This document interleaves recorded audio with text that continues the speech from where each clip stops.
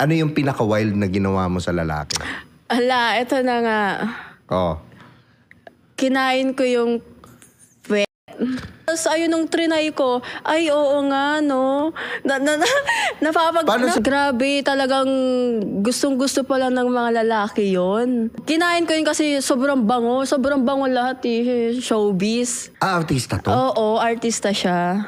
Nakilala ko lang siya sa sa bar sa BGC. Tapos parang nagulat ako noon na pinapapunta niya ako sa niya after nung bar. Pinapapunta niya ako sa sa condo niya. Tapos hindi ako makapaniwala na ba't ako'y naaya nito? Ano meron? Gumagana. So, haba ng hair ni girl, ganyan. Kasi, syempre, sobrang dami nagkakagusto doon, di ba?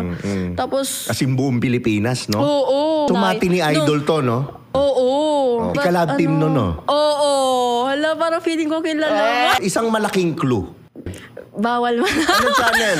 Walang pangalan. Channel lang. GMA. GMA? Oo. Action, comedy, heartthrob. Ano nga? Sige nga. Hindi naman. Wala namang pangalan eh. Ano siya sa mga love story kinis. Love story. Isang malaking clue.